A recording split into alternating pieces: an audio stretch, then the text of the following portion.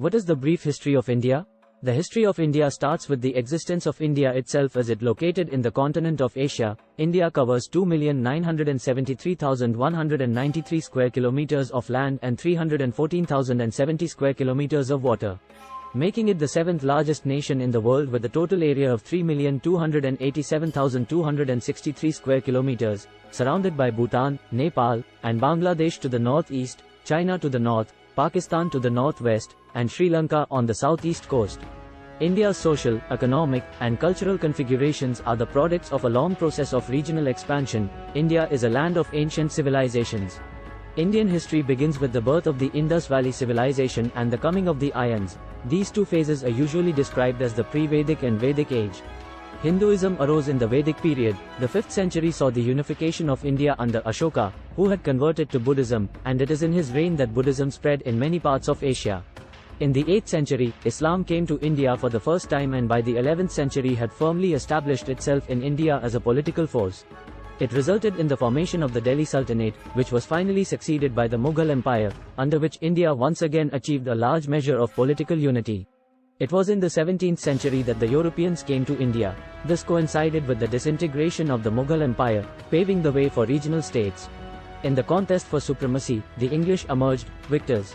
The rebellion of 1857-58, which sought to restore Indian supremacy, was crushed, and with the subsequent crowning of Victoria as Empress of India, the incorporation of India into the empire was complete. It was followed by India's struggle for independence, which we got in the year 1947. Here's a brief timeline about the history of India. These two phases are generally described as the pre-Vedic and Vedic periods. Ancient India history. The history of India begins with the Indus Valley Civilization and the coming of the Aryans. The earliest literary source that sheds light on India's past is the Rig Veda. It is difficult to date this work with any accuracy on the basis of tradition and ambiguous astronomical information contained in the hymns.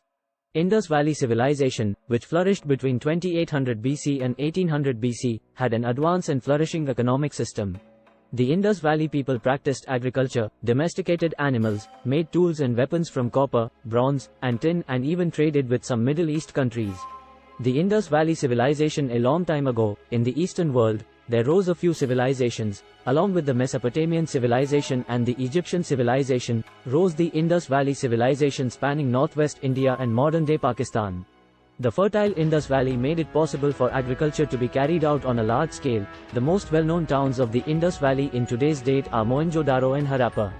Unearthing these two towns showed excavators glimpses into the richness of the Indus Valley civilization, evidenced in ruins and things like household articles, war weapons, gold and silver ornament, and so on. The people of the Indus Valley civilization lived in well-planned towns and well-designed houses made of baked bricks. In an era of developments and prosperity, civilization, unfortunately, came to an end by around 1300 BC, mainly due to natural calamities. Vedic civilization. The next era that India saw was that of the Vedic civilization, flourishing along the river Saraswati, named after the Vedas, which depict the early literature of the Hindus.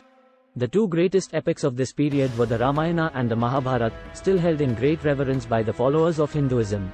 Buddhist era. Next came the Buddhist era, during the time of the Mahajanapadas, which were the 16 great powers, during the 7th and the 6th centuries BC. Prominent powers at the time were the Sakyas of Kapilavastu and the Likchavas of Vaishali. Buddha, whose original name was Siddhartha Gautam, was born in Lumbini near Kapilavastu and was the founder of Buddhism, a religion based on spiritualism. He died at the age of 80 in 480 BC, but his teachings spread throughout southern and eastern Asia and are followed across the world today. The invasion of Alexander. When Alexander invaded India in 326 BC, he crossed the Indus River and defeated the Indian rulers in battle. Noteworthy of the Indians' attempts at war was the use of elephants, something that the Macedonians had never seen before. Alexander then took over the lands of the defeated kings. The Gupta dynasty. The Gupta period has been referred to as the golden age of Indian history. When Chandragupta I received the gift of Pataliputra in dowry when he married the daughter of the chief of the Likchavas, he started to lay down the foundation of his empire, which extended from the river Ganges or the Ganga to the city of Allahabad. He ruled for 15 years and was also referred to as the King of Kings for his strategic conquests and the flourishing state of India. Harshavardhana. The last of the ancient kingdoms in India was by the king Harshavardhana, who ascended the throne at Thaneshwar and Kannauj after his brother died.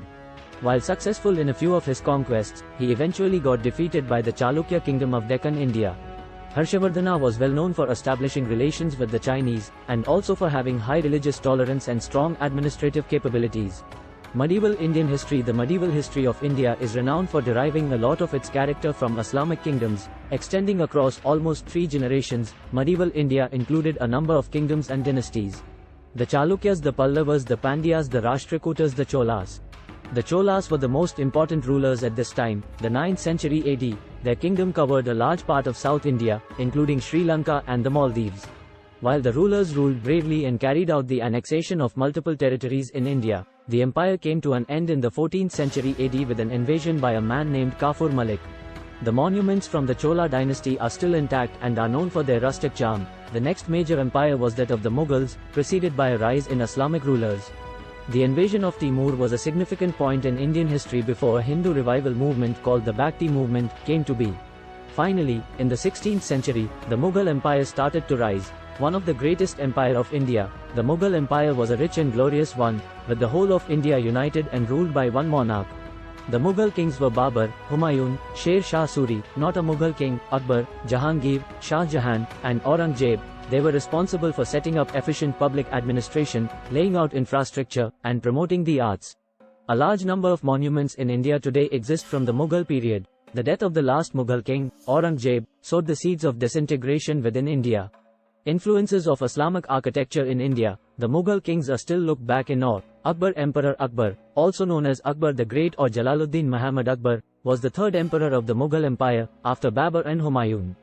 He was the son of Nasiruddin Humayun and succeeded him as the emperor in the year 1556 when he was only 13 years old.